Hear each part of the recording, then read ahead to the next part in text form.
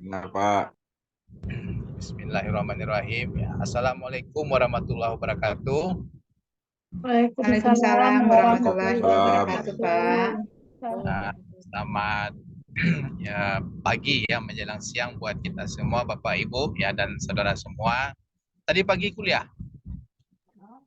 Ya, Kuliah, Pak. kuliah, Dengan Pak. Pak Lizar, Pak. Hah? Ya, Pak. Kuliah. Sama Bapak Alizar, Ya, Pak manajemen Lizar. strategik ya. Iya, Pak. Manajemen strategik ya, Pak Alizar. Baik, kita mulai saja presentasinya ya untuk mengefektifkan waktu Bapak Ibu ya. Nomor berapa lagi Angga? Eh, mungkin diawali dengan yang belum tampil, Pak, dari yang nomor absen yang dari teratas, Pak. Mungkin Bu Ya, Lea lagi, Pak. terakhir nomor 31 ya enggak? Ya, Pak, terakhir kemarin dengan Pak Nupialdi, Pak. Tapi mungkin ada beberapa yang absennya di atas belum tampil, Pak. Ibu Lea Sherman lagi, Pak. Ya. Ya, disilakan dimulai ya. Siapa lagi? Iya, Kalau Pak. belum hadir yang di atas, yang di bawah aja Angga ya. Baik, Pak. Nomornya sama. Sebentar ya, Bang. Iya.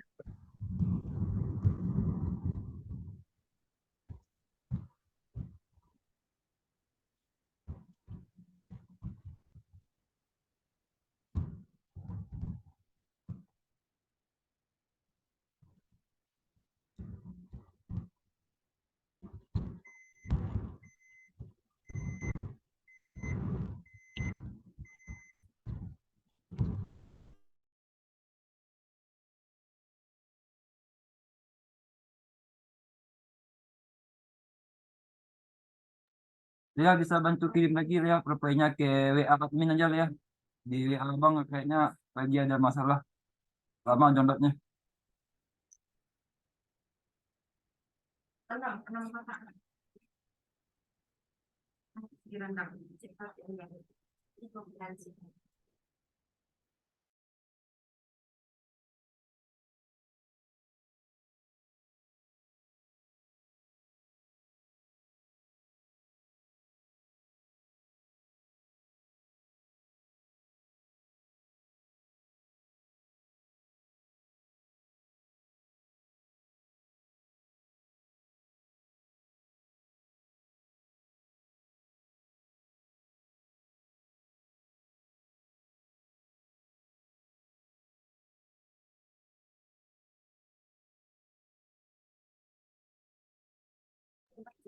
Oke, sudah Lea kan ya. Assalamualaikum warahmatullahi wabarakatuh. Waalaikumsalam warahmatullahi wabarakatuh. Mohon izin Bapak dosen dan Bapak Ibu semua untuk saya mempresentasikan materi saya ini.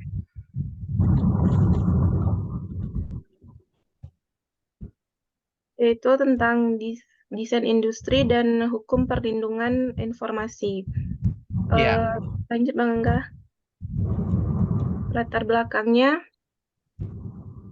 masalah desain industri adalah bagian dari hak atas kekayaan intelektual. Perlindungan atas desain industri didasarkan pada konsep pemikiran bahwa lahirnya desain industri tak terlepas dari kemampuan kreativitas cipta, rasa, dan karsa yang dimiliki oleh manusia. Jadi desain industri merupakan produk intelektual manusia, produk peradaban manusia.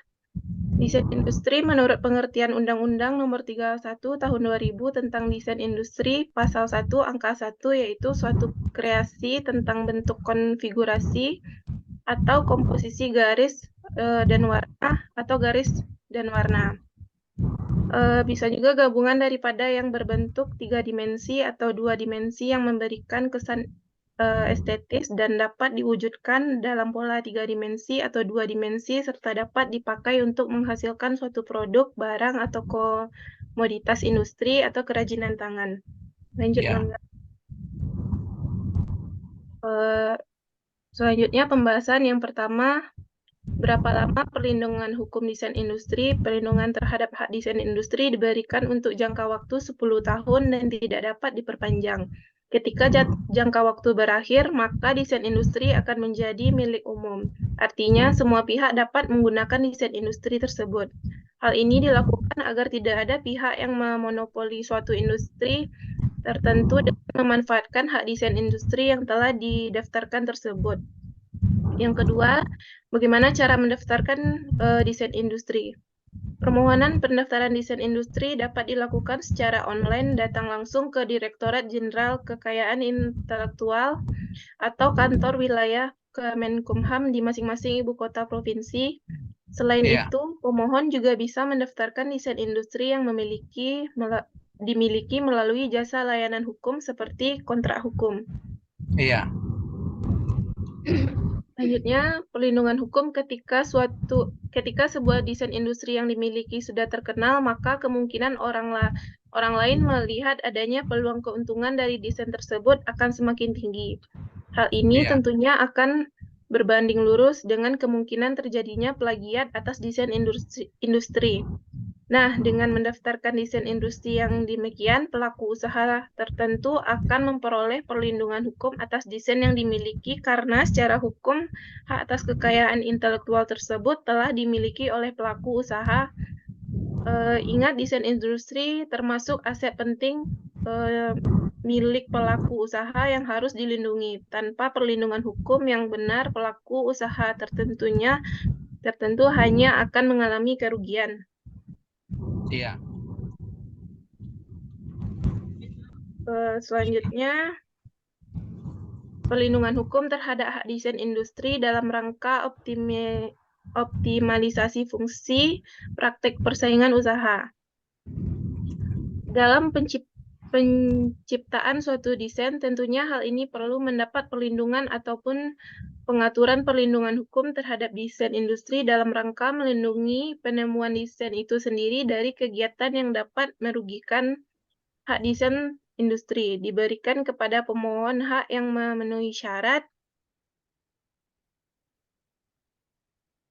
Industri memiliki karena telah mempunyai sertifikat desain industri. Sertifikat desain industri diberikan kepada suatu permohonan desain industri yang baru, maka jika ada tidak pembanding terhadap suatu desain industri yang dimohonkan, maka sertifikat atas desain industri tersebut pasti diterbitkan.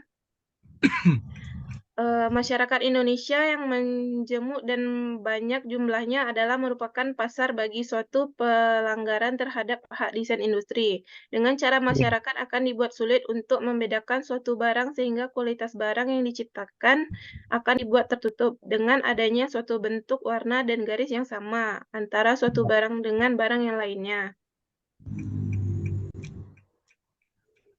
Kesimpulan dan saran.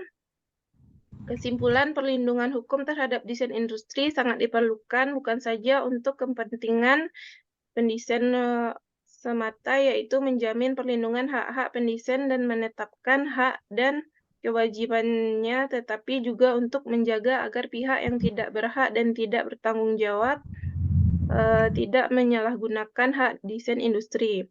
Yang kedua, penerbitan sertifikat hak desain industri belum menjamin perlindungan hukum yang kepastian hukum bagi pemegang hak desain industri yang merupakan hak eksklusifnya, sehingga masih banyak pelanggaran hukum terhadap desain industri di Indonesia. Iya. Saran, perlindungan hukum terhadap hak desain industri tidak bisa dilakukan hanya oleh Direktorat Jenderal Hak Kekayaan Intelektual Kementerian Hukum dan Hak Asasi Manusia Republik Indonesia saja. Peran serta seluruh komponen bangsa, baik dari unsur legislatif, eksklusif, yudikatif, perguruan tinggi, industri, dan dunia usaha, serta lembaga swadaya maupun masyarakat merupakan elemen-elemen potensial dalam perlindungan hukum, penegakan hukum, dan kepastian hukum di Indonesia. Yang kedua, walaupun masih ada kelemahan secara substansial dan undang-undang desain industri, penegakan hukum harus tetap dilaksanakan dengan baik, konsisten, dan transparan dengan tetap memperhatikan rasa keadilan, para hakim harus dapat memutuskan sengketa-sengketa perdata maupun perkara-perkara pidana dengan penuh rasa keadilan berdasarkan hati nuraninya. Ya. Saran-sarannya udah.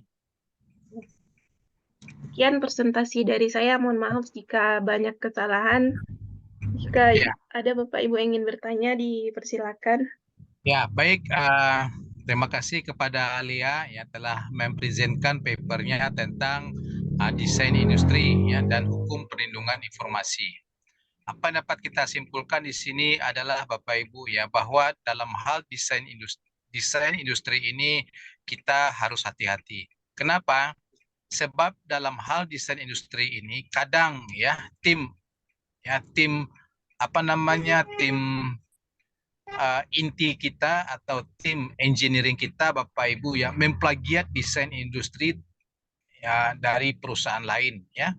Misalnya logo perusahaan ya, logo perusahaan atau logo dari produk berupa barang tersebut ya.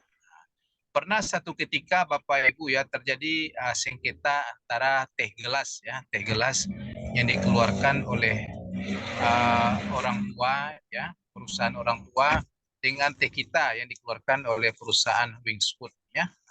Itu teh gelas Bapak Ibu ya, dia mengsengketakan ya, memperkarakan teh kita ya yang dikeluarkan oleh Wingswood karena desainnya ya serupa ya dengan teh gelas Bapak Ibu ya. Kemasannya hampir serupa ya, logo perusahaannya saja yang berbeda ya.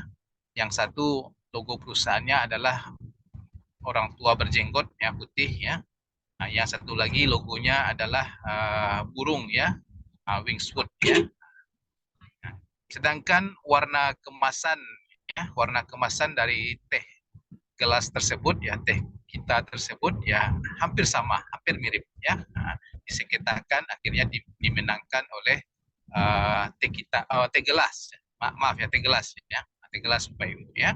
Karena teh gelas yang pertama pionir ya yang membuat teh kemasan dengan harga sangat murah waktu itu ya Rp1.000 dan menggunakan gula asli ya. Ya baik, silakan ditutup Lia ya. Kita cepat aja ya.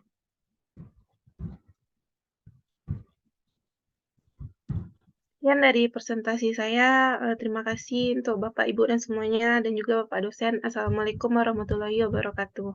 Waalaikumsalam warahmatullahi wabarakatuh. Nah, baik, next siapa lagi Angga ya? Selanjutnya Ibu Diri Yunita, Pak.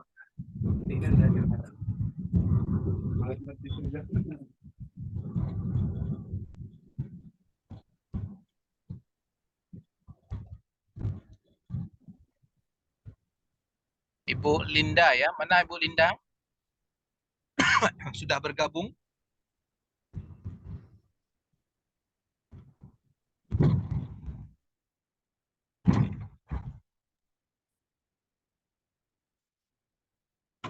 Silakan Ibu Diri Yunita.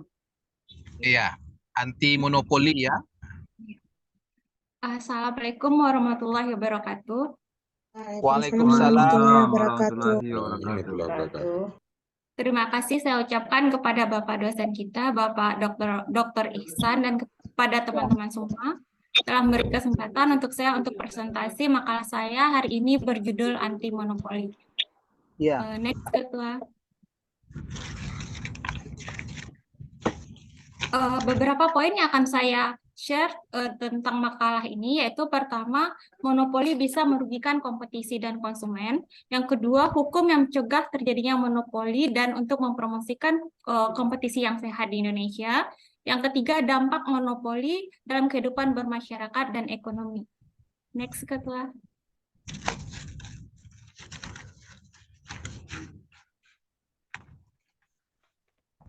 Latar belakang dari makalah ini yaitu pertama, monopoli dapat merugikan persaingan dan konsumen, serta menimbulkan ketidakadilan dalam dunia usaha. Yang kedua, Hal ini dapat menyebabkan harga yang lebih tinggi bagi konsumen dan menghambat inovasi di industri tertentu. Yang Iya, ketiga, tindakan anti monopoli perlu diterapkan untuk mencegah atau membatasi monopoli yang merugikan konsumen. iya, Kita mulai dengan melihat definisi monopoli. Menurut Undang-Undang Nomor 5 Tahun 1999, yaitu suatu penguasaan atas produksi dan atau pemasaran barang dan atau penggunaan jasa tertentu oleh satu pelaku atau satu kelompok pelaku usaha. Jadi, monopoli terjadi ketika suatu perusahaan menguasai pasar dengan menawarkan barang atau jasa tanpa persaingan yang signifikan. Nah, dalam kondisi ini, perusahaan monopoli memiliki kekuatan pasar yang besar dan dapat menentukan harga yang lebih tinggi dan menetapkan kualitas yang lebih rendah dari barang atau jasa yang mereka tawarkan. Next, Ketua. iya, Pertama, kita akan lihat bagaimana monopoli itu merugikan persaingan dan konsumen. Hal ini terjadi karena pelaku monopoli bisa memegang kekuasaan terhadap pasar atau menguasai pasar. Yang kedua, dengan mereka menguasai pasar, mereka bisa mengatur kualitas produk yang mereka tawarkan. Yang ketiga, tindakan mereka bisa mencegah pendatang baru yang masuk. Yang keempat, tentu saja terjadinya kekurangan pilihan bagi konsumen karena jumlah produk dan kualitas produk diatur oleh pelaku monopoli. Next, iya, Ketua. Nah, untuk mencegah terjadinya praktek monopoli di Indonesia, pemerintah Indonesia menetapkan Undang-Undang Nomor 5 Tahun 1999 tentang larangan praktek monopoli dan persaingan usaha tidak sehat. Tujuan dari undang-undang ini yaitu untuk mendorong terciptanya persaingan usaha yang sehat dan menghindari praktek monopoli. Next.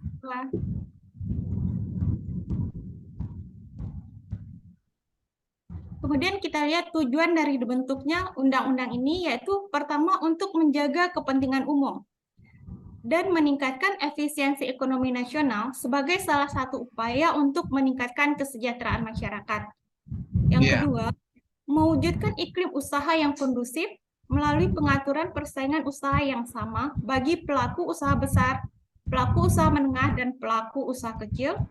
Dan tujuan selanjutnya, mencegah praktek monopoli dan atau persaingan usaha yang tidak sehat yang ditimbulkan oleh pengusaha, dan pada akhirnya terciptalah efektivitas dan efisiensi dalam kegiatan usaha. iya, Next, Ketua.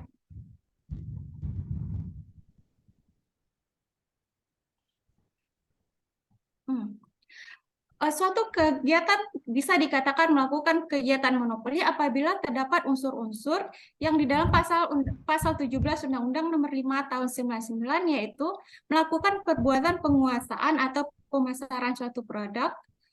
Yang kedua, penguasaan tersebut dapat mengakibatkan terjadinya praktek monopoli dan penguasaan tersebut dapat mengakibatkan terjadinya praktek persaingan usaha yang tidak sehat.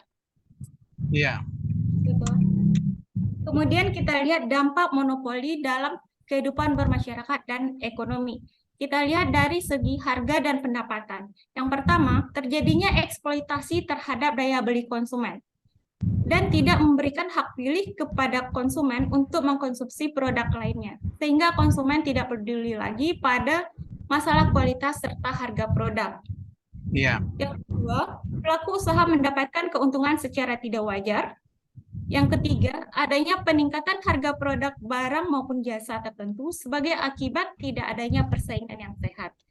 Dan yang terakhir, menciptakan pendapatan yang tidak merata, di mana sumber dana serta modal akan tersedot ke perusahaan pelaku monopoli.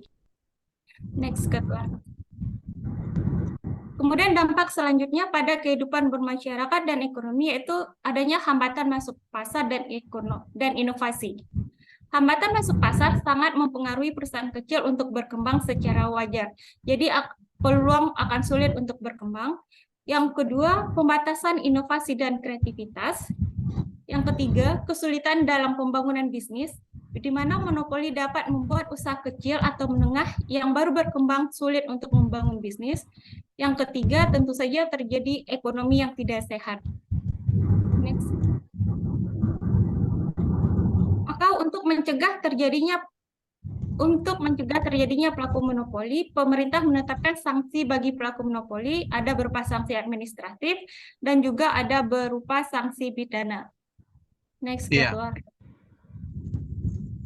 Kesimpulan dari makalah ini yaitu monopoli bisa menimbulkan tantangan yang signifikan terhadap pertumbuhan ekonomi, pilihan konsumen, dan kesuksesan bisnis. Namun dengan kebijakan dan tindakan yang tepat, kita dapat menciptakan pasar yang lebih kompetitif dan adil bagi semua orang di Indonesia. Iya. Dan saran yaitu sebagai pelaku usaha sebaiknya tidak melakukan praktek monopoli yang sangat merugikan bagi masyarakat juga perkembangan ekonomi di Indonesia. Itu yang dapat saya share hari ini tentang makalah saya. Terima kasih atas perhatian Bapak dosen dan teman-teman semua. Waktu dan tempat saya berikan kepada Bapak Ihsan. Ya, baik. Terima kasih ya kepada Anda yang telah mempresentkan paper tentang anti monopoli. Ya. Dapat kita simpulkan di sini pertama, ya, tindakan atau perbuatan monopoli adalah satu tindakan atau perbuatan menyalahi hukum, ya, menyalahi undang-undang, ya. Dalam hal ini tentu hukum dan etika bisnis, Bapak Ibu. Ya. Kemudian yang kedua, kenapa dia menyalahi? Ya, karena bisa ya, merusak pasar, ya, merusak ya persaingan usaha, ya, sehingga persaingan usaha di pasar tersebut menjadi tidak atau kurang sehat, Bapak Ibu. Kemudian yang ketiga, ada satu sekarang yang disebut sebagai Blue Ocean Strategy, ya, yaitu strategi yang menguasai pasar, Bapak Ibu. Ya. Dan ini menurut ketentuan ya hukum dan etika bisnis, Bapak Ibu, ini dibolehkan. Artinya ada satu perusahaan ingin menguasai pasar, ya, dia tidak disebut sebagai monopoli tapi punya keinginan menguasai pasar. Artinya ya, kalau kita belah pasar ini, Bapak Ibu, ya, kita pilah pasar ini kan terbagi dua. Ada pasar di mana konsumen atau masyarakat ini benar-benar mengutamakan mutu, ya, mengutamakan mutu. Nah, mengenai harga ya belakangan, artinya apa? Semahal apapun produk berupa barang tersebut mahal pasti akan dibeli oleh konsumen. Ada pula pasar ya dalam hal ini konsumen, Bapak Ibu, ya, betul-betul mengutamakan harga, ya. Artinya biar murah, ya, murah nomor satu atau murah diutamakan, soal rasa ya, soal apa namanya mutu ya itu belakangan atau nomor dua, Bapak Ibu. Nah, peluang ini diambil oleh perusahaan-perusahaan ya, Bapak Ibu, ya. Contohnya adalah PT Indofood Sukses Makmur, ya. PT Indofood Sukses mengeluarkan mie ya kelas premium ya yang disebut dengan Indomie, Bapak Ibu, ya. Yakin ya semua Anda pasti sudah pernah ya mengenyam Indomie ya, Indomie ya. Indomie, Bapak Ibu, ya, seberapa mahal pun dijual oleh PT Indofood Sukses Makmur pasti akan dibeli oleh masyarakat. Khususnya masyarakat yang benar-benar mengutamakan rasa, ya, mengutamakan mutu, ya. Harga mahal tidak masalah. Namun di sisi lain ya PT Indofood Sukses Makmur, Bapak Ibu, ya, dia juga membuat produk ya berupa barang ya mie instan dalam hal ini ya, yang murah ya. Nah, rasa belakangan yaitu produknya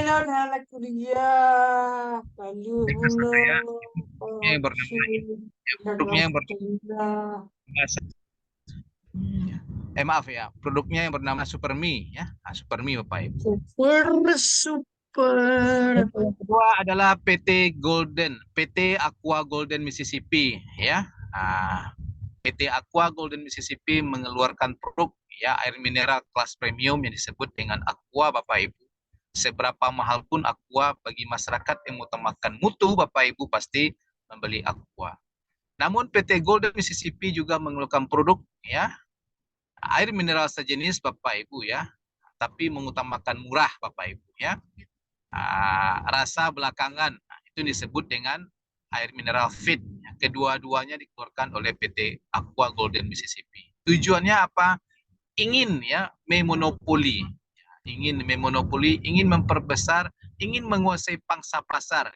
Jadi pangsa pasar ya, pangsa pasar yaitu konsumen yang mengutamakan mutu mereka kuasai, pangsa pasar yaitu konsumen yang mengutamakan harga murah juga mereka kuasai Bapak Ibu.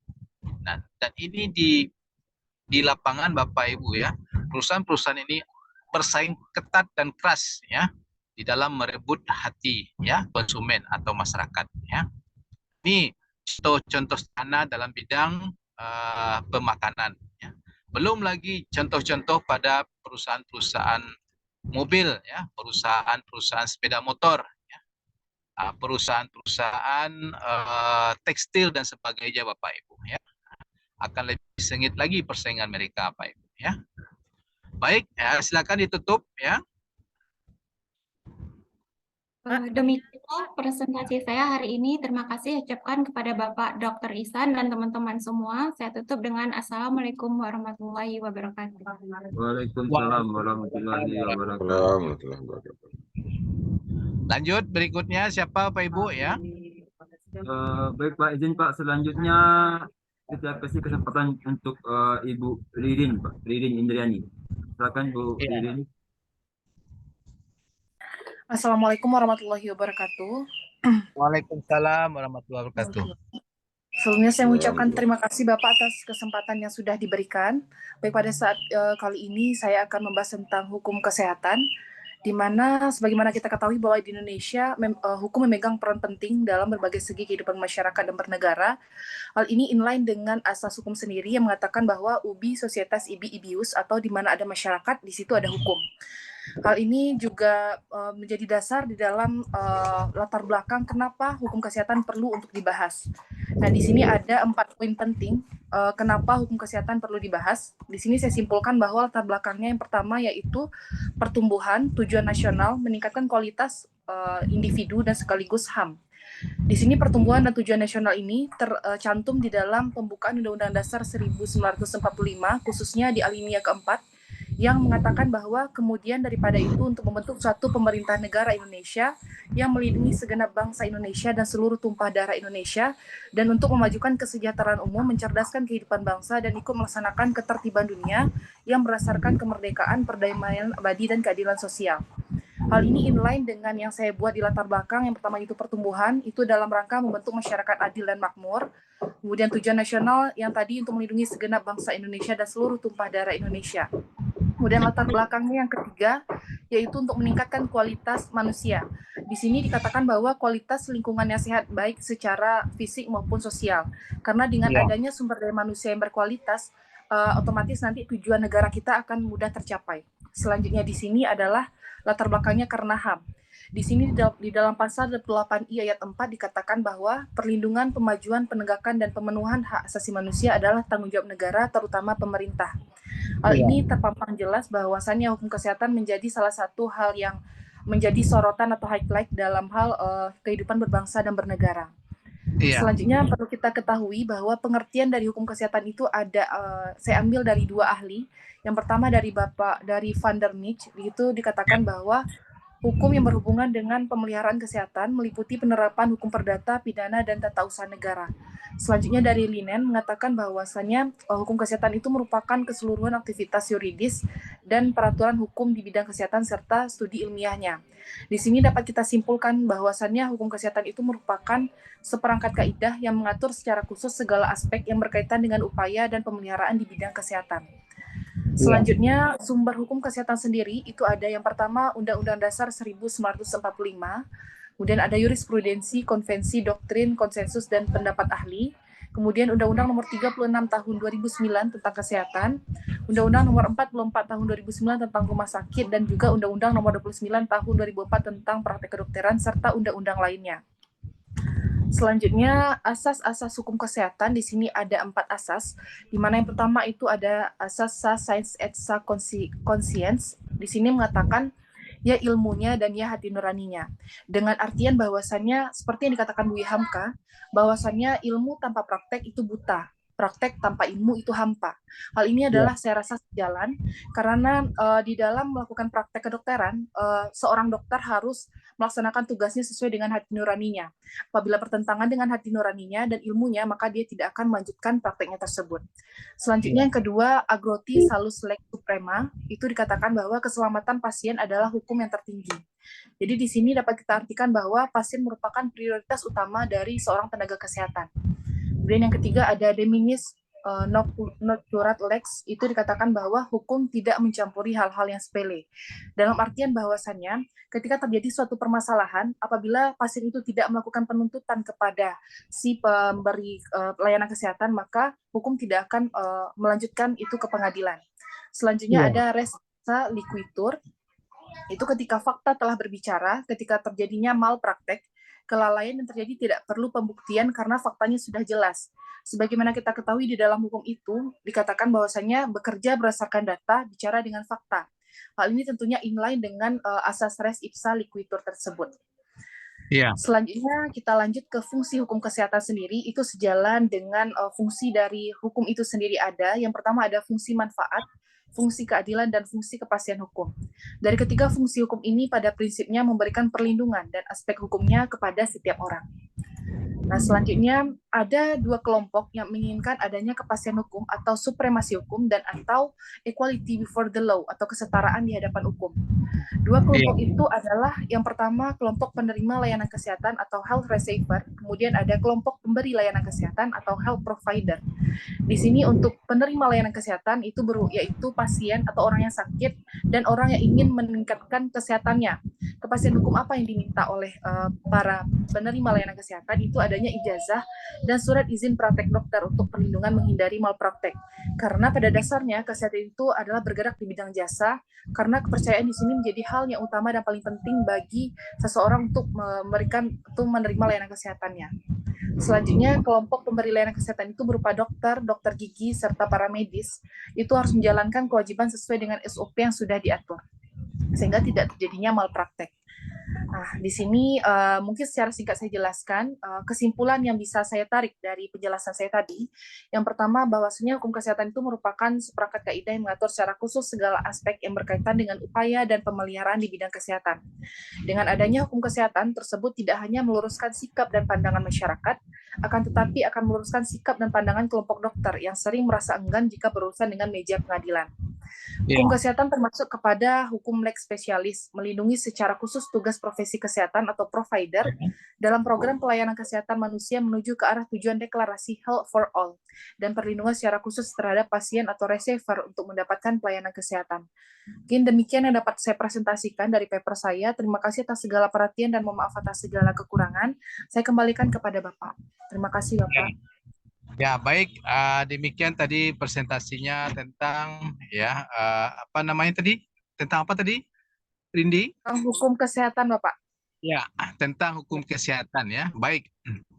Dapat kita simpulkan di sini adalah hukum kesehatan ini Bapak Ibu dan saudara semua ya, dia kadangkala bisa masuk ke ranah hukum bisnis ya.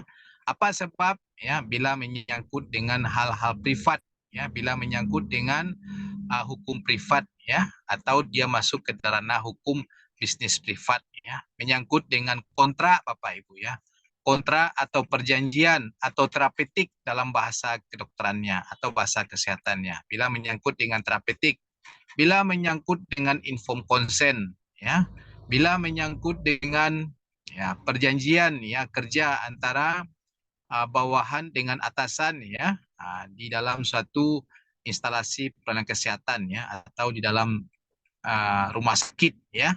Itu menyangkut, itu adalah hal-hal yang menyangkut, hal-hal dalam hukum kesehatan yang menyangkut dengan hukum bisnis Bapak Ibu ya. Sebegitu besarnya lingkup hukum bisnis ini Bapak Ibu ya, maka hukum kesehatan pun ya di satu sisi bisa masuk ke ranah hukum bisnis ya. Namun di sisi lain dia bisa masuk ke ranah hukum publik ya, atau hukum pidana Bapak Ibu ya. Baik ya, silakan ditutup ya, Rindi ya. Baik, terima kasih Bapak atas segala perhatiannya dan terima kasih mohon maaf atas segala kekurangan. Saya akhiri. Assalamualaikum warahmatullahi wabarakatuh. Waalaikumsalam warahmatullahi wabarakatuh. Berikutnya lagi Angga ya, silakan. Selanjutnya sesuai absen Bapak Ibu, kita Ya. beri kesempatan pada Ibu Febi Valeriana Putri. Ada Ibu Febi. Ya, silakan pada Bu Febi ya.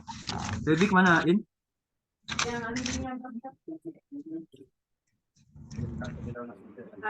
Ada Bu Febi. Feby lagi weekend banking, Bang. Oh, Lagi berarti Weekend banking, Pak. Mohon izin, Oh. Pak. Oh Iya. ya. Hah. Baik, lanjut yang di bawahnya lagi Angga ya.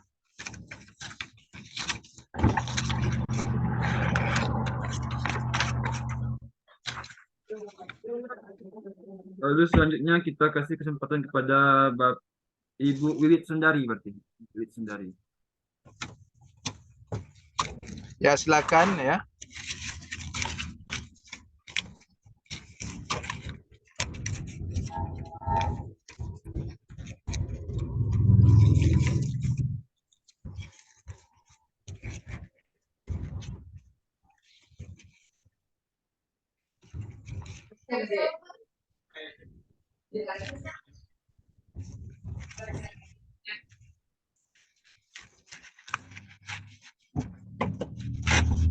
Silakan Bu Wiwit.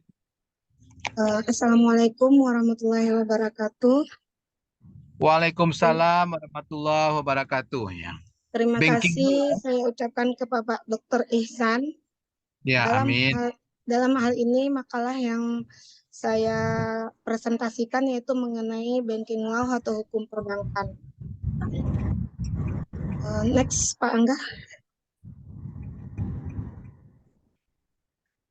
Dalam makalah ini, saya terdiri dari latar belakang masalah, rumusan masalah, dan tujuan.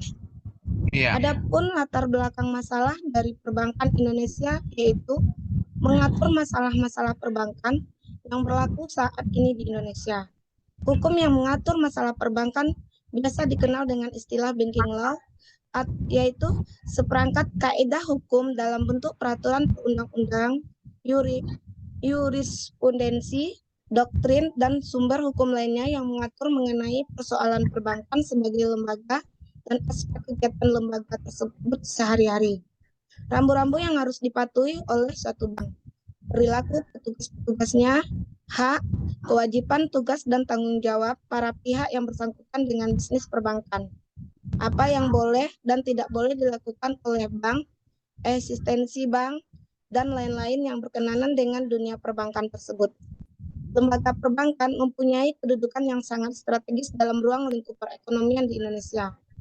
Lembaga perbankan di Indonesia sendiri bergerak dalam kegiatan perkreditan dan berbagai jasa yang diberikan bank melayani kebutuhan pembiayaan serta melancarkan mekanisme sistem pembayaran bagi semua sektor perekonomian.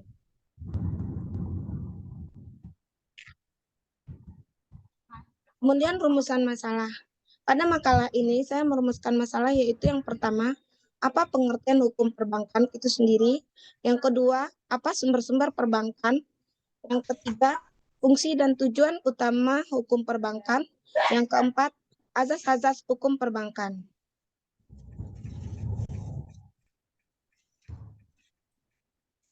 Pada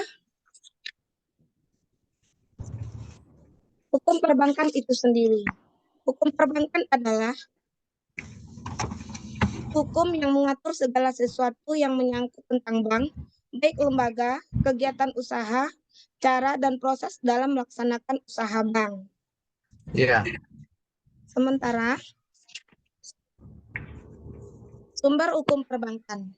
Sumber hukum perbankan dalam arti material adalah sumber hukum yang menentukan isi hukum itu sendiri dan itu tergantung dari sudut mana dilakukan peninjauannya.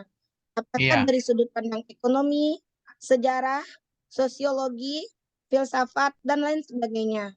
Adapun hukum dalam arti formal adalah tempat dikemukakannya ketentuan hukum dan perundang-undangan tertulis yang mengatur mengenai perbankan.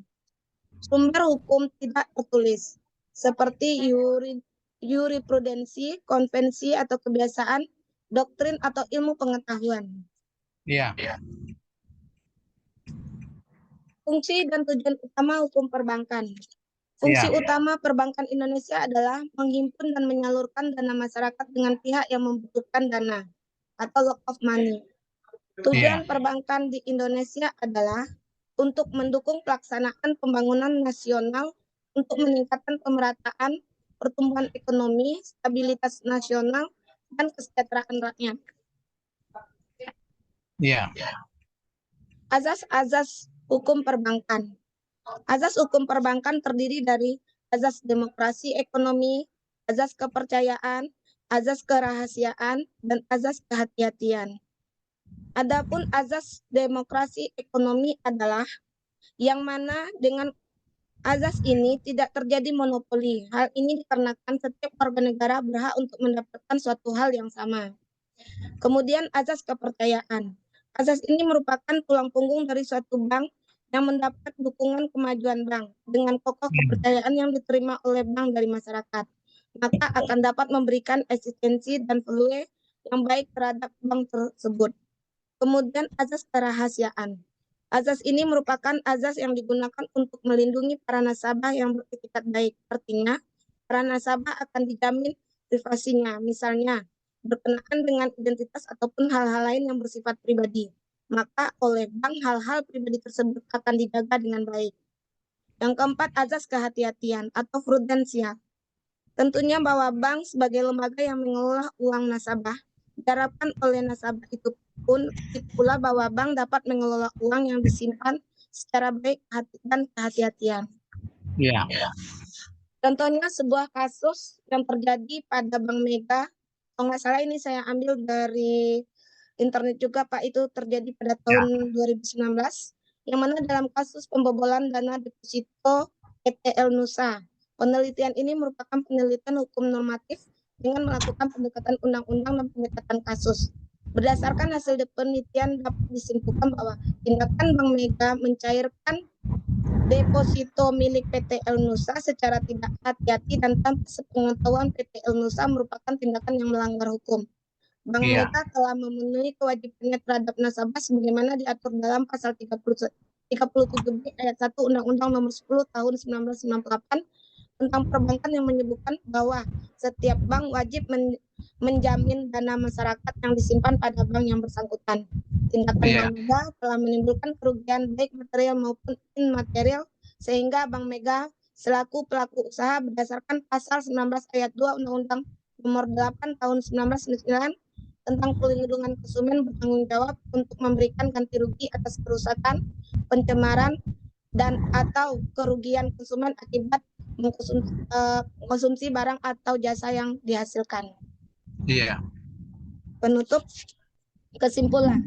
Memahami pengertian dari hukum perbankan memberikan kita pengetahuan tambahan mengenai berbagai produk hukum yang terdapat di Indonesia, salah satunya hukum perbankan yang mengatur segala aktivitas dan sistem kerja dari lembaga keuangan berupa bank tersebut dalam pengelolaan uang dan dari nasabah mereka dengan baik dan mendapat kepercayaan. Saran sebaiknya kita bisa memahami dan mengerti tentang hukum perbankan atau banking law agar untuk kedepannya dapat mengatasi segala permasalahan-permasalahan yang sering terjadi di lapangan mengenai hukum perbankan itu sendiri. Demikianlah makalah saya. Saya kembalikan lagi kepada Bapak dosen. Terima kasih Pak. Ya, baik. Terima kasih kembali Bu. Ya, topik tentang hukum perbankan ya atau banking law ya dapat kita simpulkan di sini adalah bahwa pertama eksistensi ya hukum perbankan itu sendiri ya termasuk ke dalam salah satu bahagian dari Verbintenis ya Verbintenis Recht ya atau hukum perikatan ya atau hukum kontrak Bapak Ibu ya. Dan hukum kontrak itu sendiri ya adalah salah satu bahagian ya dari hukum perdata ya dan hukum perdata itu juga merupakan salah satu bahagian dari hukum privat Bapak Ibu, hukum privat. Kemudian yang kedua ya hukum perbankan itu sendiri Bapak Ibu sebenarnya terdiri atas berbagai macam ya sub hukum-hukum berikutnya. Ada aspek hukum perkreditan ya pada bank, ada aspek hukum perlindungan uang nasabah di sektor perbankan ya, aspek hukum good corporate governance ya pada perusahaan perbankan ya dan lain sebagainya Bapak Ibu ya. Dan kemudian ada juga ya dan sebagainya Bapak Ibu. Jadi dia ya sesuai dengan apa yang saya katakan sebelum-sebelumnya bahwa hukum itu ya lahir ya tumbuh dan berkembang sesuai dengan dinamika ya sesuai dengan keperluan ya kebutuhan masyarakat akan hukum ya. Selagi masyarakat itu beraktivitas mempunyai kebutuhan dan keinginan Bapak Ibu ya, selagi masyarakat itu bertransaksi satu dengan yang lain, selagi itu pula hukum akan lahir ya.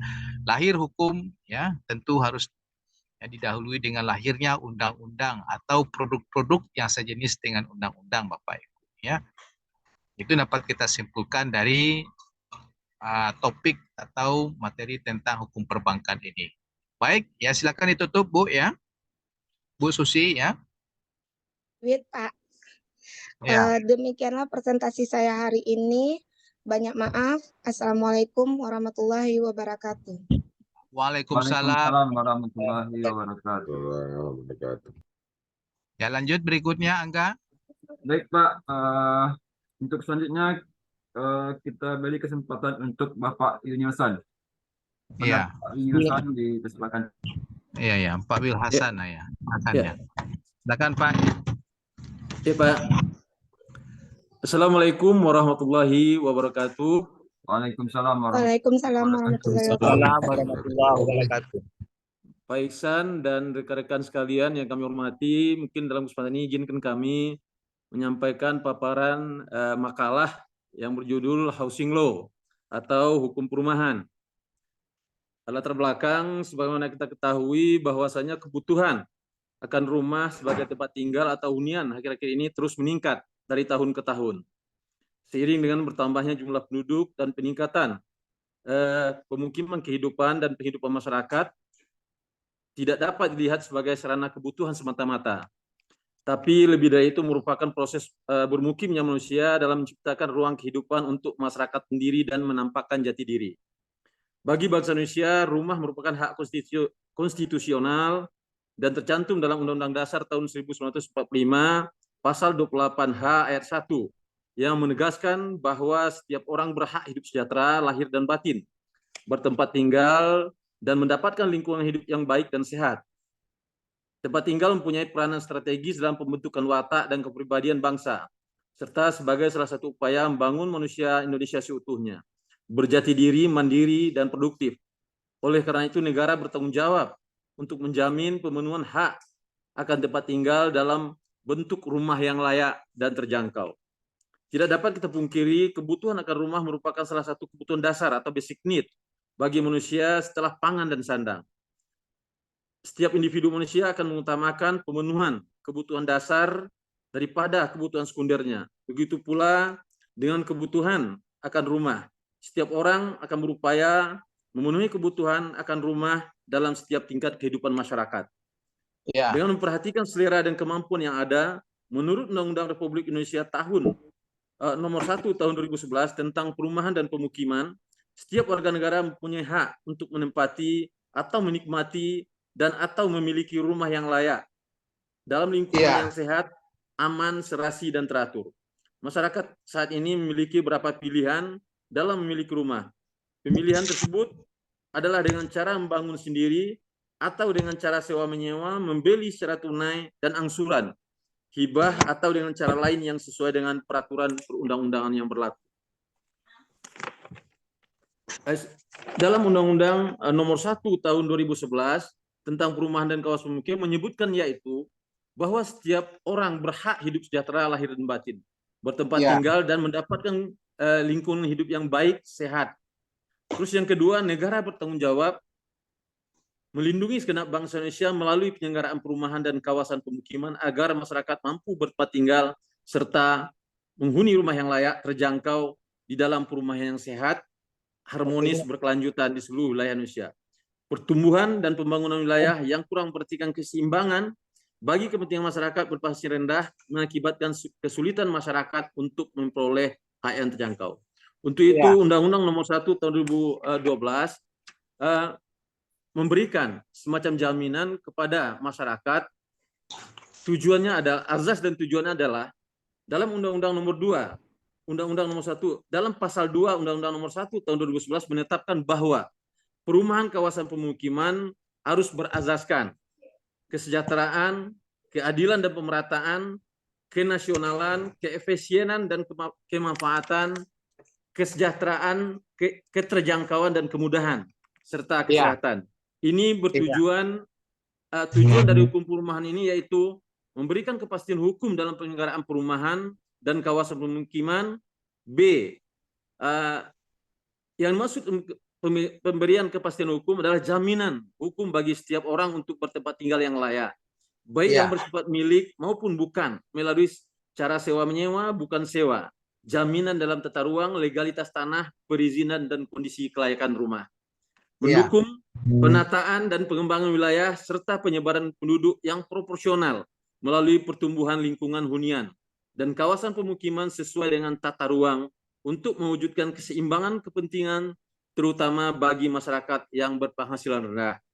D, meningkatkan daya guna dan hasil guna sumber daya alam bagi pembangunan perumahan dan tetap memperhatikan kelestarian lingkungan baik di kawasan perkotaan dan pedesaan. Menjamin terwujudnya rumah layak huni dan terjangkau dalam lingkungan yang sehat, aman, serasi, teratur, terencana, terpadu, dan berkelanjutan. Mungkin hal ini tujuannya memberikan jaminan kepada segenap warga negara agar setiap warga negara merasa nyaman dan mendapatkan perumahan yang layak, sehat, dan tidak ada gangguan-gangguan.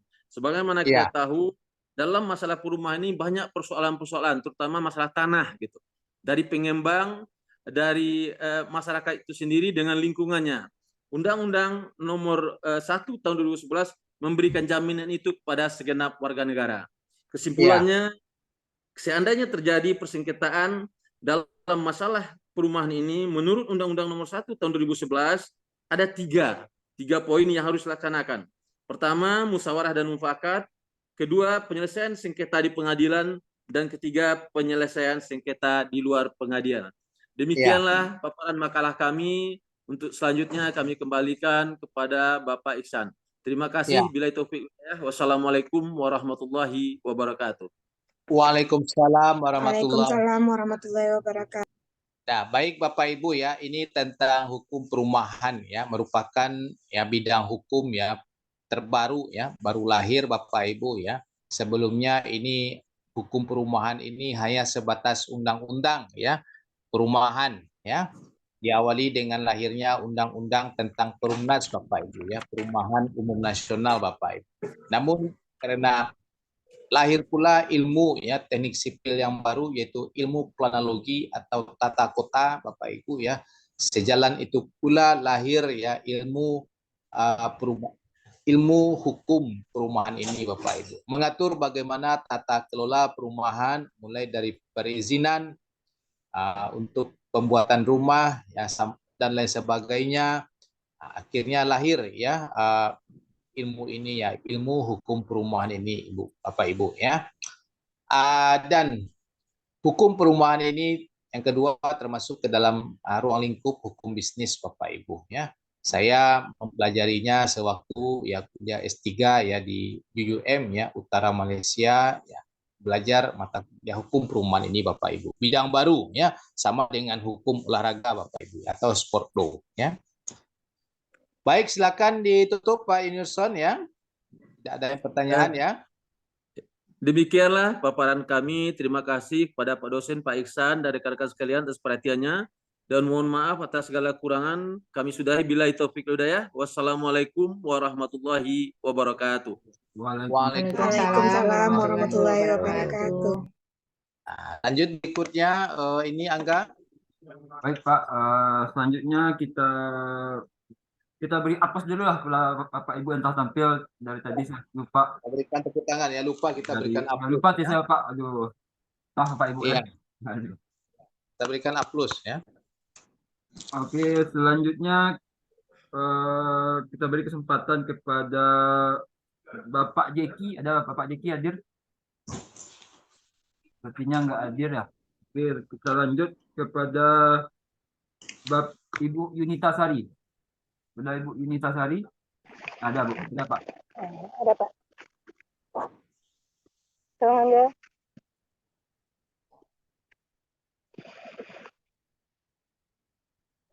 Assalamualaikum warahmatullahi wabarakatuh. Waalaikumsalam warahmatullahi wabarakatuh. Terima kasih kesempatannya Pak Ihsan, Pak dosen. Ya. Di sini saya akan membahas tentang hukum transportasi, Pak.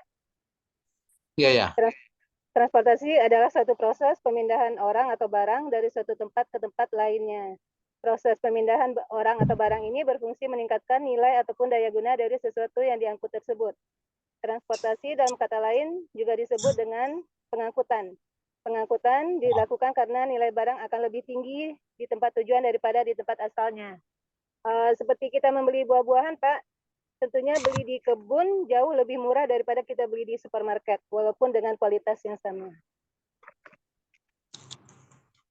Di dalam perkotaan, pertumbuhan populasi penduduk selalu menunjukkan kenaikan yang signifikan setiap tahunnya. Pertumbuhan penduduk di perkotaan bukan hanya akan menyebabkan bertambahnya penduduk yang bertempat tinggal dan bekerja di daerah perkotaan, namun akan diiringi dengan bertambahnya jumlah kendaraan yang digunakan oleh penduduk sebagai alat transportasi. Iya. Di era globalisasi ini, transportasi di suatu negara dari waktu ke waktu terus mengalami perkembangan dan kemajuan. Di Indonesia telah hadir moda transportasi berbasis aplikasi, yakni Gojek, Grab, Maxim, InDrive, dan lainnya. Di sini saya fokus ke Gojek. Iya. Gojek merupakan suatu aplikasi ciptaan PT Gojek Indonesia berupa perangkat lunak yang dapat diakses melalui handphone. Masyarakat sudah tidak asing lagi dengan fenomena maraknya ojek yang layanannya berbasis aplikasi seluler ini, atau yang biasa kita sebut dengan ojol atau ojek online. Iya. Gojek merupakan aplikasi yang dapat menghubungkan antara pengemudi ojek dengan pengguna jasa ojek. Ada beberapa macam informasi layanan Gojek. Yang pertama itu GoRide, layanan transportasi sepeda motor. Ada GoCar, layanan transportasi mobil. Ada GoFood, layanan pesan antar makanan. GoSend, layanan pengantaran barang.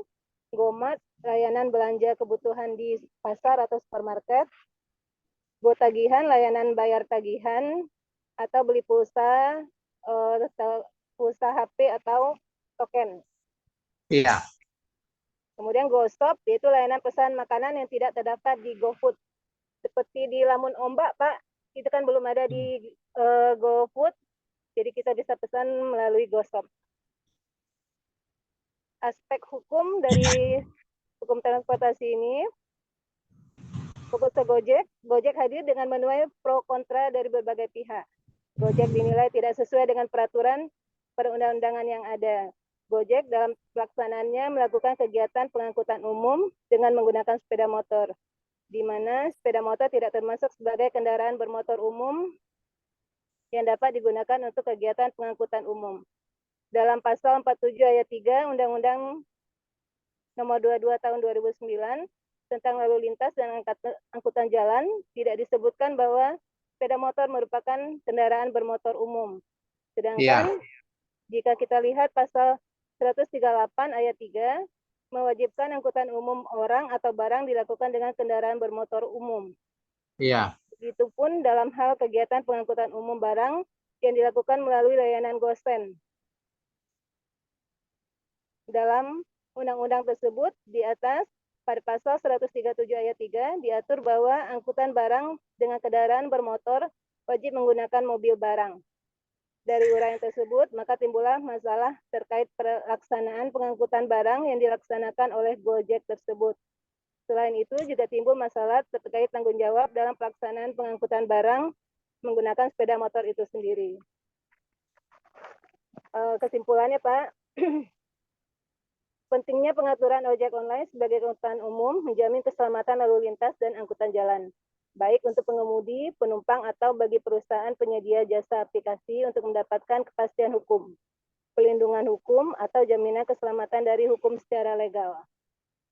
Karena sampai saat ini, ojek online itu sendiri di dalam undang-undang Republik Indonesia nomor 22 tahun 2009 tentang lalu lintas dan angkutan jalan masih belum ada pengaturannya.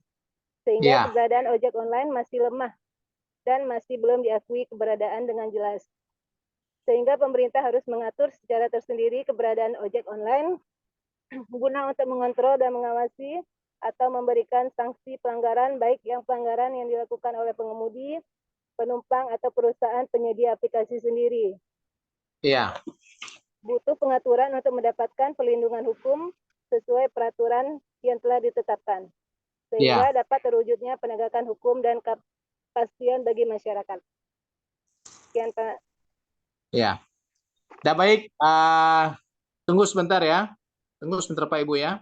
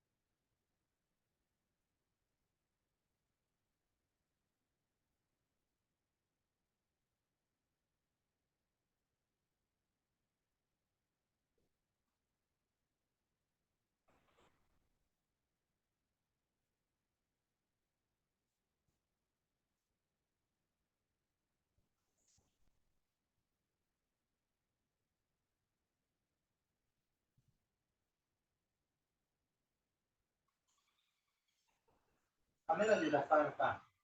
Sudah. Dalam kesenuruhan kita sewa. Adidas tuh.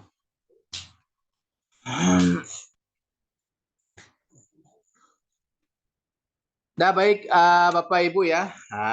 Kita lanjutkan kembali ya. Jadi ini tentang hukum transportasi ya.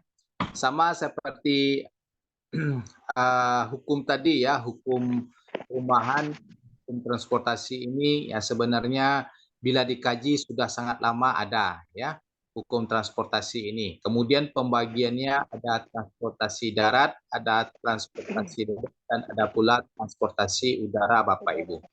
Lebih lengkap dalam hukum dagang ya atau commercial law ya. Ada di dalam kitab Pak Ibu ya. Ya baik ya, silakan ditutup ya Bu ya. Bu Yunita. Iya. Terima kasih Pak. Sekian makalah dari saya. Mohon maaf kalau ada kesalahan. Wabillahi taufiq wal hidayah. Assalamualaikum warahmatullahi wabarakatuh. Waalaikumsalam Warahmatullahi wabarakatuh. Nah, lanjut berikutnya Angga. Selanjutnya kita beri hapus dulu kepada Ibu Yunita. Ibu Yunita, berikan tepuk tangan ya. Ibu Yunita nomor berapa nih Angga? Ibu Yunita nomor terakhir Pak. Tapi masih ada beberapa yang belum tampil Pak. Iya. Nah, silakan. Berarti nomor 50 nih ya.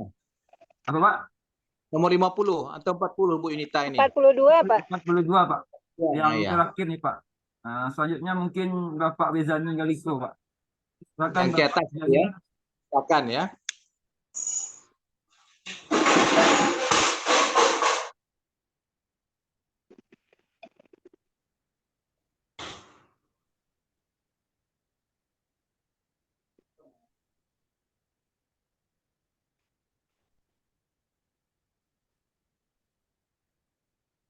Warahmatullahi wabarakatuh. Waalaikumsalam warahmatullahi wabarakatuh. Terima kasih kesempatannya Pak Ihsan dan Pak Ketua. Ya, ya. Saya akan mempresentasikan makalah yang berjudul Aspek Bisnis. Baca. Itu. Latar belakangnya, hukum luar angkasa adalah bidang hukum yang berkaitan dengan aktivitas manusia di luar angkasa, termasuk eksplorasi, eksploitasi, dan pengembangan sumber daya alam di luar bumi.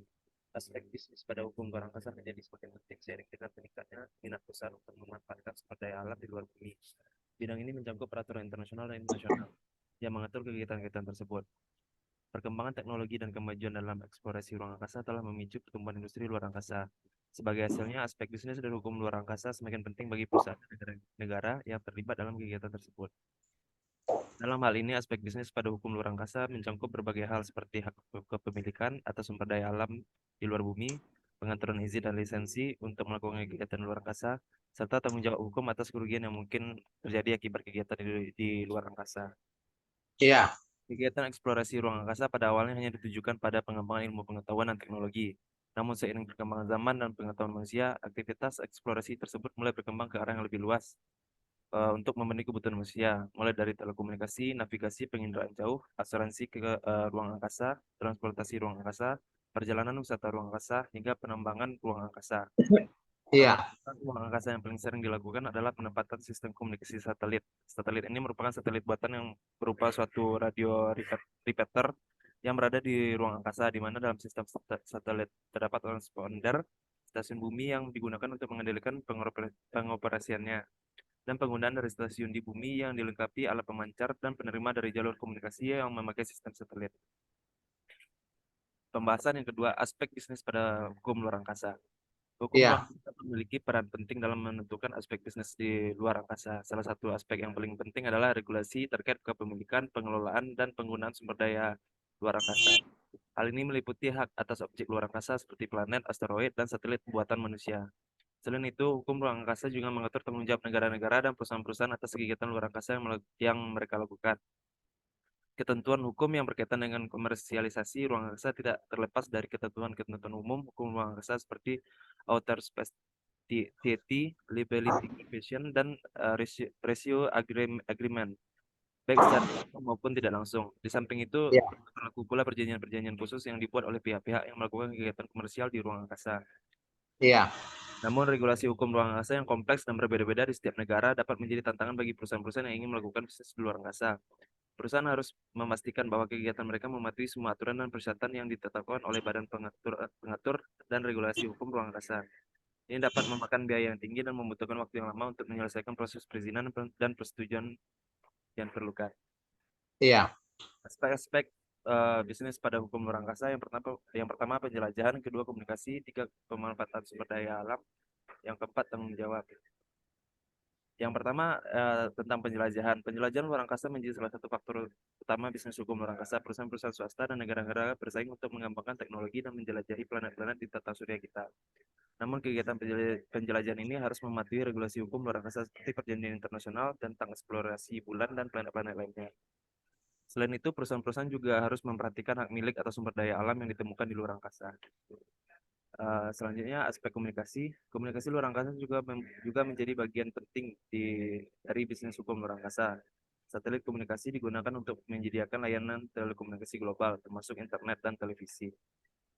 Negara dan perusahaan-perusahaan swasta bersaing untuk mendapatkan hak penggunaan frekuensi radio dan orbit satelit yang strategis.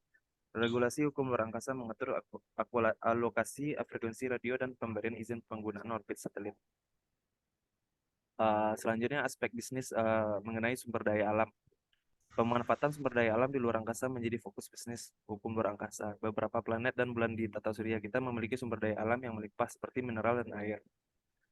Contohnya produk hukum pemanfaatan sumber daya ruang angkasa secara common sense menjadi penting untuk diatur. Alasannya karena sumber daya alam adalah sumber daya terbatas. Oleh sebab itu perlu diatur agar adanya keseimbangan akses yang seimbang terhadap sumber daya alam yang sifatnya terbatas.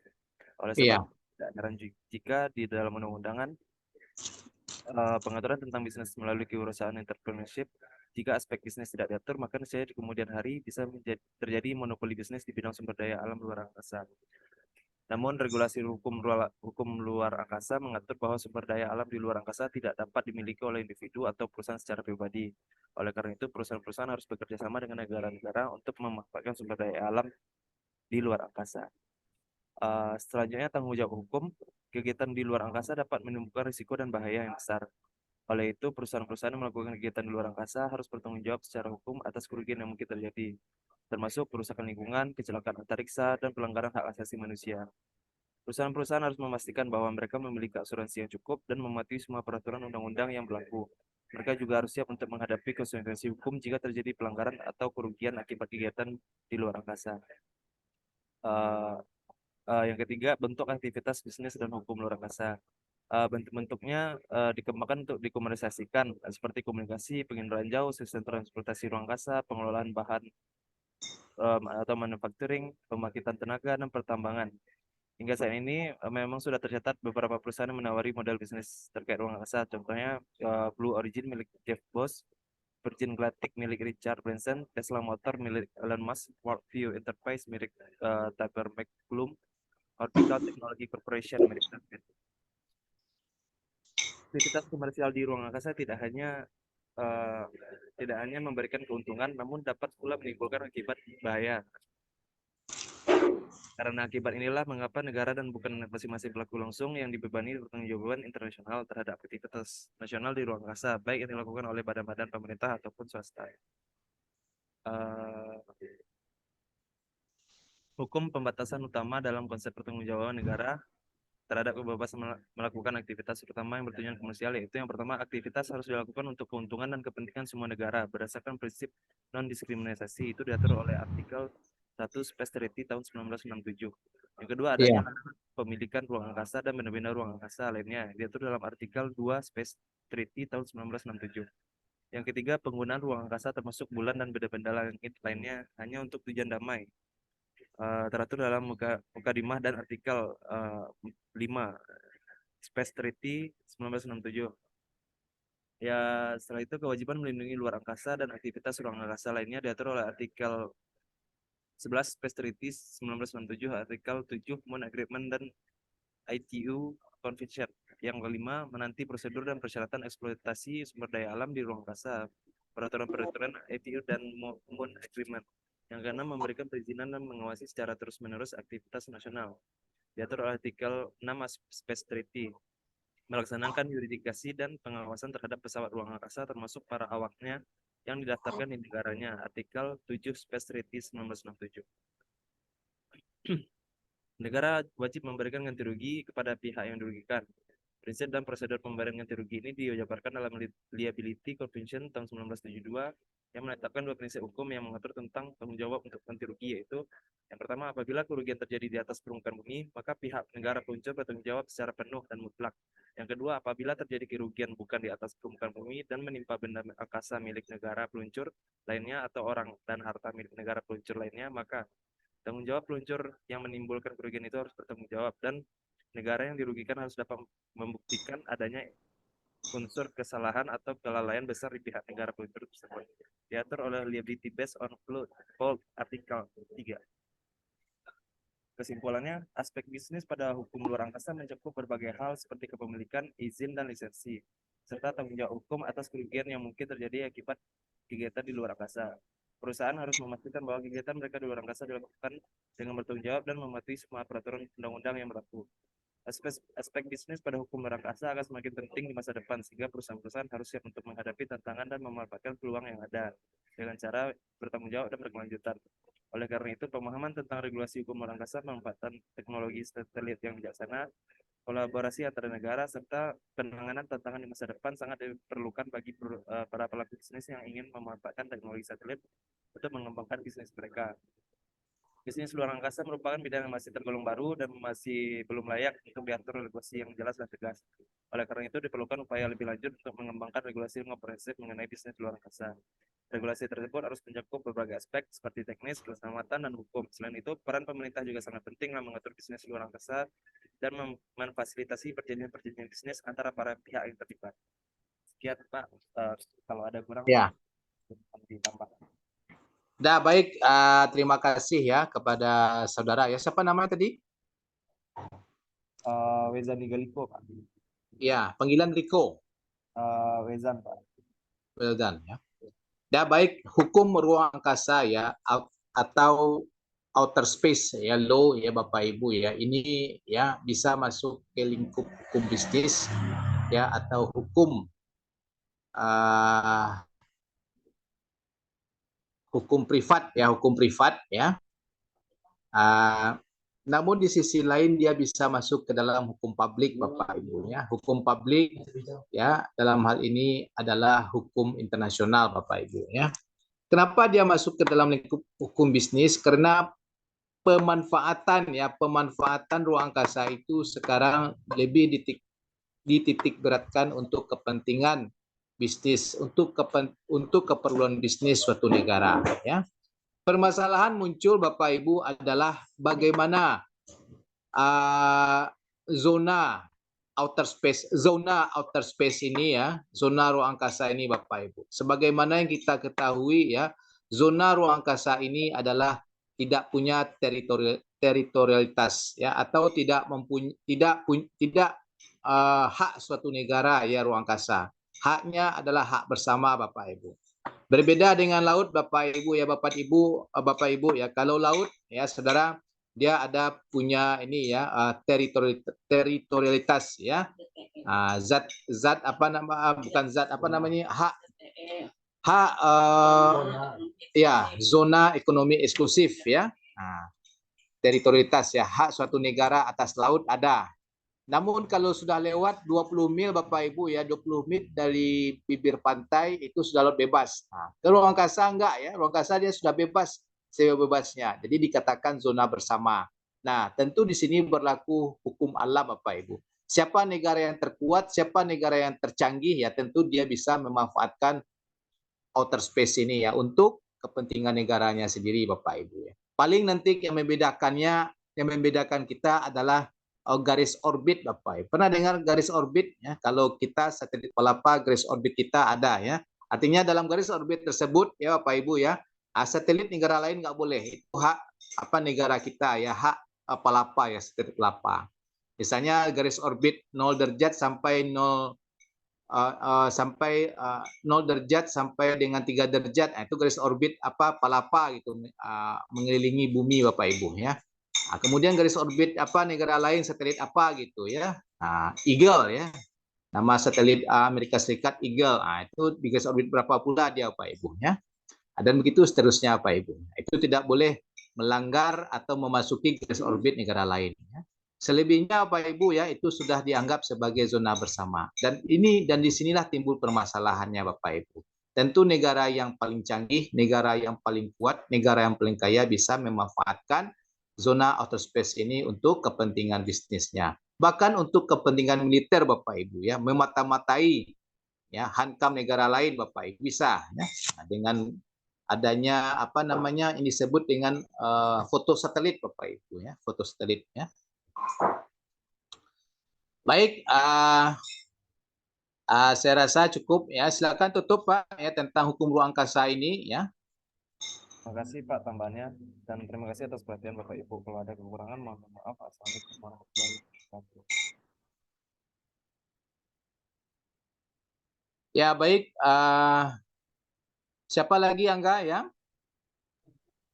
Ya Pak, kalau dari absen sudah kayak sepertinya Pak, sudah yang terakhir Pak. Mungkin ada Bapak Ibu yang belum tersebutkan namanya untuk tampil Bapak Ibu. Ya. Ada yang minggu kemarin ada sekitar berapa tuh ya, 3 orang lagi nggak salah kan yang berhalangan hadir ya minggu kemarin dan minggu kemarinnya. Sepertinya yang belum tampil cuma Bapak Jeki dengan Ibu Febi Pak. Kalau yang dari catatan Angga Pak, atau mungkin ada juga Bapak Ibu yang lain belum tampil. Bapak Jeki ya. Bapak Jeki sudah hadir belum? Belum, nggak izin kayaknya Pak Jeki dan Febi Pak. Mungkin ada kerjaan mungkin Pak.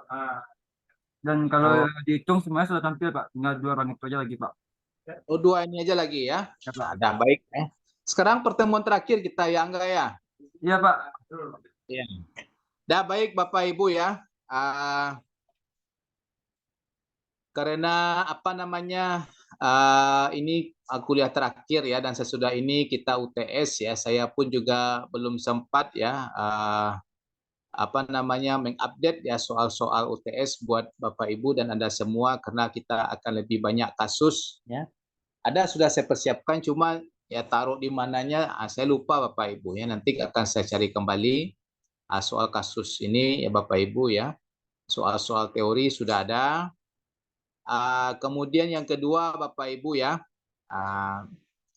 apa yang dapat kita simpulkan di sini Bapak Ibu ya dan Anda semua adalah ya, hukum bisnis ini ruang lingkupnya sangatlah luas ya Bapak Ibu ya, sangatlah luas. Makanya sengaja topiknya ya saya perluas Bapak Ibu ya, yang tidak hanya sebatas induk dari hukum bisnis itu sendiri ya pembahasan kita, yaitu hukum kontrak, tapi sampai ke hukum ruang angkasa ya, sampai kepada hukum olahraga, sampai kepada hukum perumahan Bapak Ibu ya. Kenapa ya sampai ke sana pembahasan kita ya, saya berikan topik-topik itu adalah karena asal dari hukum tersebut ya, hukum perumahan tersebut adalah hukum kontrak. Asal dari hukum olahraga juga adalah hukum kontrak. Ya, asal dari aspek hukum ruang angkasa adalah juga hukum kontrak Bapak Ibu ya. Hukum kontrak itu sendiri kita tahu contohnya adalah hukum bisnis Bapak Ibu. Itu yang kedua. Kemudian yang ketiga, yang sengaja bahan ini banyak saya berikan kepada Anda, ya saya minta Anda memang sengaja Anda explore ya, Anda explore ilmu itu sendiri ya, kemudian Anda presentasikan Bapak Ibu ya. Tujuannya adalah ya tidak hanya menambah wawasan Anda ya, tidak hanya menambah wawasan Anda, tapi juga menambah ilmu Anda tentang hukum ya, ilmu Anda tentang hukum ya. Kemudian yang keempat ya, tidak saja menambah wawasan dan menambah ilmu hukum kita Bapak Ibu ya. Bisa saja salah satu dari topik ini Anda angkat untuk menjadi proposal tesis Anda ya, proposal tesis Anda. Contoh ya, K3 ya, HSO ya, HSE ya, Health and Safety Employment ya. Itu bagus ya, jadikan sebagai topik untuk proposal tesis Anda. Ya. Atau tentang hospital law ya, hukum rumah sakit ya, hubungkan dengan kepemimpinan, leadership ya. Hubungkan dengan leadership Bapak Ibu ya, leadership pada suatu rumah sakit. Bagaimana leadershipnya? Apakah sudah bagus SOP-nya, bagaimana gaya kepemimpinannya, kepemimpinannya bersifat demokratis atau bersifat otoriter atau bersifat terbuka atau bersifat tertutup, bisa Anda kaji ya. Bisa Anda kaji. Karena ilmu manajemen itu sendiri Bapak Ibu ya lebih kurang sama dengan ilmu hukum ya, perkembangannya sangat pesat sesuai dengan kebutuhan dinamika masyarakat Bapak Ibu ya. Dia tidak statis ya ilmu ini. Dia pasti bersinggungan dengan ilmu-ilmu lain, lahir ilmu baru. Berhubungan dengan ilmu-ilmu lain, ya lahir ilmu baru. Ya. Atau Anda mengkaji tentang terapeutik ya, atau kontrak pasien dengan dokter atau dengan pihak rumah sakit pada suatu rumah sakit. Ya. Bisa Anda kaji bagaimana aspek kontraknya. Itu juga bisa jadikan salah satu topik ya tesis Anda. Sistem informasi kesehatan ya bisa juga jadikan sebagai topik ya, topik tesis Anda Bapak Ibu ya. Jadi tujuannya adalah pada peringkat magister ini, pada peringkat S2 ini Bapak Ibu ya, kita mencoba menganalisis ilmu manajemen ini, kemudian kita coba kaitkan dengan ilmu-ilmu lain. Apalagi ilmu manajemen itu sendiri bersifat multidisiplin ya, ilmu manajemen ya. Kemudian bila kita kaitkan dengan ilmu lain Bapak Ibu ya, nanti akan lahir ilmu yang baru ya, ilmu yang baru. Dan nanti untuk penemuan ilmu yang baru itu di peringkat S3 nanti ya, pendidikan Anda atau sekolah Anda ya. Bisa melahirkan ilmu baru ya, bisa menemukan teori baru, itu S3 kita Bapak Ibu ya. Kemudian yang ke-6 Bapak Ibu ya, kenapa saya berikan ini ya, clue ini Bapak Ibu. Seumpama topik-topik ini Anda angkat menjadi proposal tesis ya. Tentu penguji Anda atau pembimbing Anda nantinya akan merasa respect dengan Anda ya, bahwa Anda telah menemukan sesuatu yang baru dalam ilmu manajemen ya. Telah menemukan dalam bahasa ilmiahnya the findings ya, penemuan-penemuan baru ya terhadap suatu ilmu pengetahuan Bapak Ibu ya. Nanti apa yang menjadi penutup berupa kesimpulan dan saran, itulah ya teori-teori kita Bapak Ibu ya. Jadi cobalah kaji hal-hal baru ya. Jadi kita jangan hanya terpaku dengan atau berkutat di pemasaran, ya, di SDM, ya, di keuangan, ya, di manajemen operasional ya. Tapi coba ke bidang-bidang yang lain Bapak Ibu ya. Sistem informasi kesehatan bisa juga Anda kaji.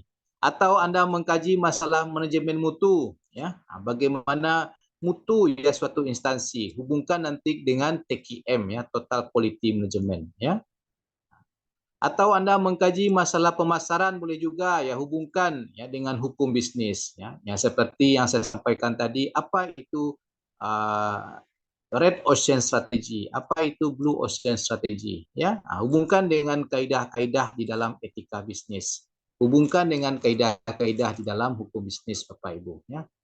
Bagaimana inovasi, improvisasi, diferensiasi ya, dan sebagainya itu bisa memenangkan ya persaingan usaha di tingkat persaingan usaha yang sudah mengglobal sekarang ini. Bagaimana perusahaan kita bisa menjadi juara atau tetap menjadi juara selamanya Bapak Ibu ya. Juara di pasar ya.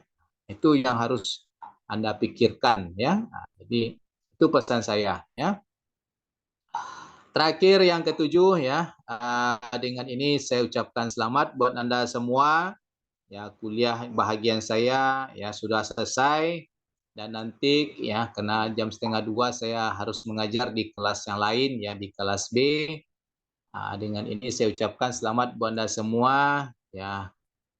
Paling nanti malam ya atau esok malam akan saya berikan ya soal UTS buat Anda Bapak Ibu ya dan saudara semua dengan pengerjaan ya selama 5 hari kerja ya maksimal ya, karena soal ada kasus yang saya berikan.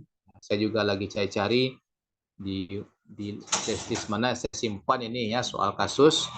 Nanti bisa dikerjakan Bapak Ibu ya. Jawabannya Anda karena kita online ya, jawaban dikirim ke email ya berdasarkan petunjuk yang nanti Bapak berikan ya, yang saya berikan ya Bapak Ibu ya. Sampai sini ada yang tanyakan?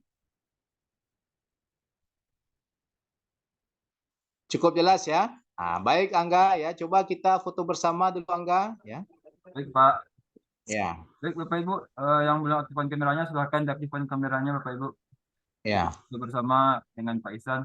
Sebelumnya ya. ini ingin berterima kasih ya Pak, karena ini pertemuan terakhir Pak. Semoga berkah ilmu yang Bapak berikan kepada kami Pak. Amin. Ya Angga, sama-sama. Oke Bapak Ibu, siap kita foto bersama dengan Pak Ihsan. Siap, 1, 2, 3. Sudah Bapak Ibu. Mau foto berdua Pak? Ya boleh Bu, dia ada salah Ibu nih ya. Iya Pak, perpisahan anak tadi Pak. Iya Masya Pak. Allah. SMP. SMP Pak kelas 3. Oh ya, anak saya dari salah dulu, sekarang sudah kuliah ya. Oh ya, di Unan Pak. Iya di Unan, alhamdulillah. Sayanya ini salah sekarang Bu ya.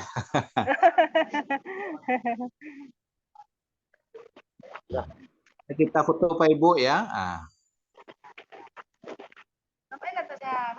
Ya, jongkok Pak Imrim.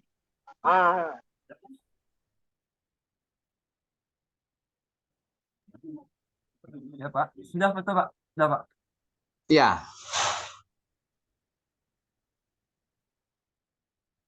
Sudah siap Angga belum?